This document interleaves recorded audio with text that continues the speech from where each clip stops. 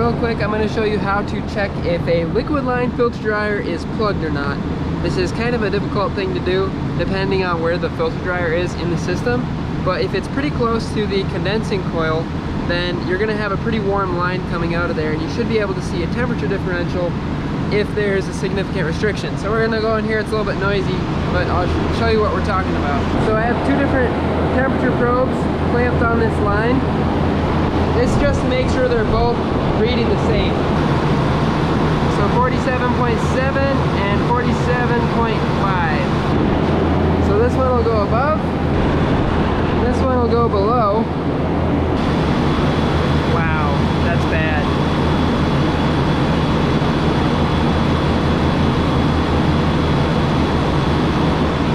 That's really bad.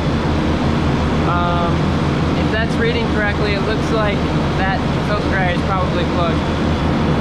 So this is the bottom temperature. This is the top temperature. Top is 88. Bottom is 110.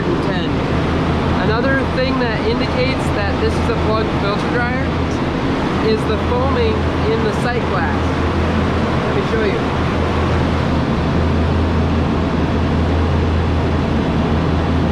So I think that what we actually have going on here is plugged liquid line filter dryers, which are gonna have to be replaced. So we got the system pumped down. Now we're gonna go ahead and remove the filter dryers. And it's important that you cut the filter dryers out, because if you try to like unbraze them, you can unbraze them. It's not recommended. And one of the reasons why is if there's moisture that's caught in the decusant inside that filter dryer, it's going to evaporate and go right back into your system. So it's best to cut them out and then put the new one in.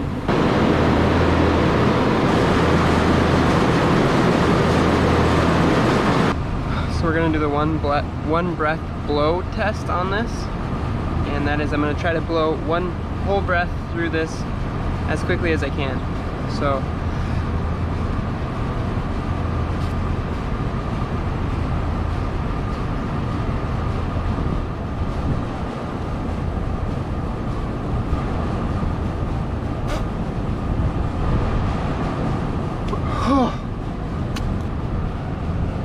sorry. Oh my goodness. I cannot get a whole breath through that. That is, it's like 98 or 99% blocked. That's crazy. Yeah, I can't get a whole breath through there. Not even backwards. That is insane. Yeah, this is definitely the cause of the problem. There's a lot of junk in that system. There's actually like some like white colored powder on the inside of the whole line. I noticed it on the sight glass too, but whatever it is, it's just gonna have to work its way out of the system slowly. Get that new one put in and go cut out the other one. The other one's probably gonna be pretty blocked too. Not good. So here's our new one, and the difference is astounding. So I don't want to blow anything into there because obviously my breath is full of moisture, but I'm just gonna pull a little air into my mouth, not into my lungs, just into my mouth. Yeah, it's like there's nothing there. It's like I'm sucking on a piece of copper pipe. Like you could just inhale and exhale out of this. This is insane. The other one, completely plugged. I've never had a filter dryer as plugged as that one. That is just insanity. Now we're gonna remove the old expansion valve and this filter dryer right here. Almost got this other one cut out.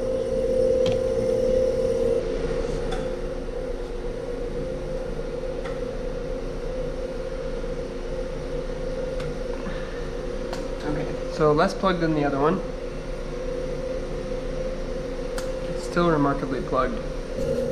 So the only orientation this can't go in is with the power head toward the bottom. So just make sure you put it in properly. And that is the correct orientation for this one. So I just need to braze here, here, here, here, and here. It's also extremely important to not get any heat on this bulb or the power head, and to wet rag this whole assembly really well.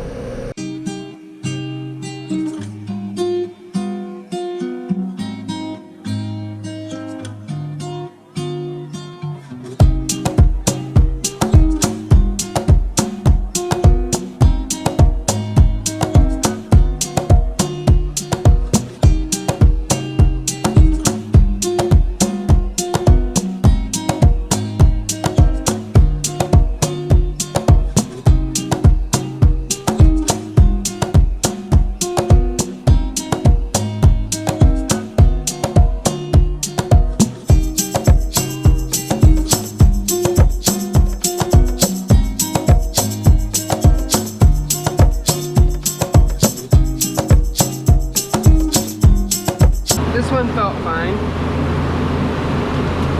Still good to replace it though, because that desiccant in there has probably got a lot of moisture in it.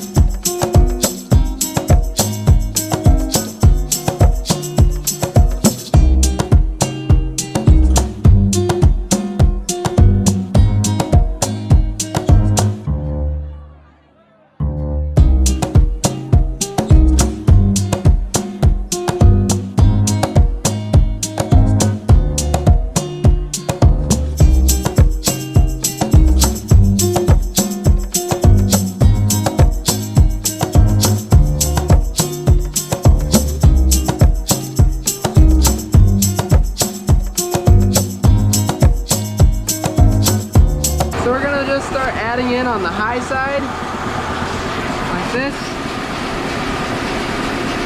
We're just dumping straight through into the high side.